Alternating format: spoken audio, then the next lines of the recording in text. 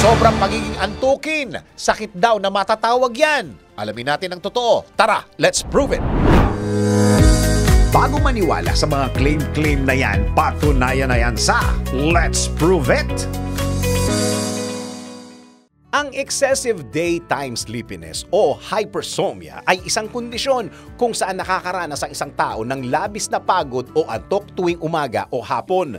Ito ay nagdudulot ng sobrang pagod na nakakasagabal sa pag-aaral, trabaho at maging sa lifestyle.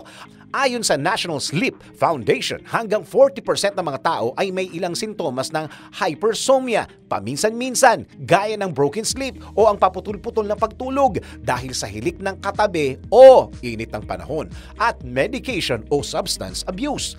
Dagdag pa sa medicalnewstoday.com na posibleng epekto ito ng mga sakit gaya ng schizophrenia, lupus, Parkinson's disease, multiple sclerosis, cancer, obesity o hyperthyroidism at posible din itong dulot ng sleeping disorder tulad ng obstructive sleep apnea, restless leg syndrome, periodic limb movement disorder o idiopathic hypersomnia. Kaya naman pinapayuhan na ang sinumang regular na nakakaranas ng hypersomnia ay dapat bumisita na sa kanilang doktor para sa pagsusuri upang maitama ang iyong pagtulog.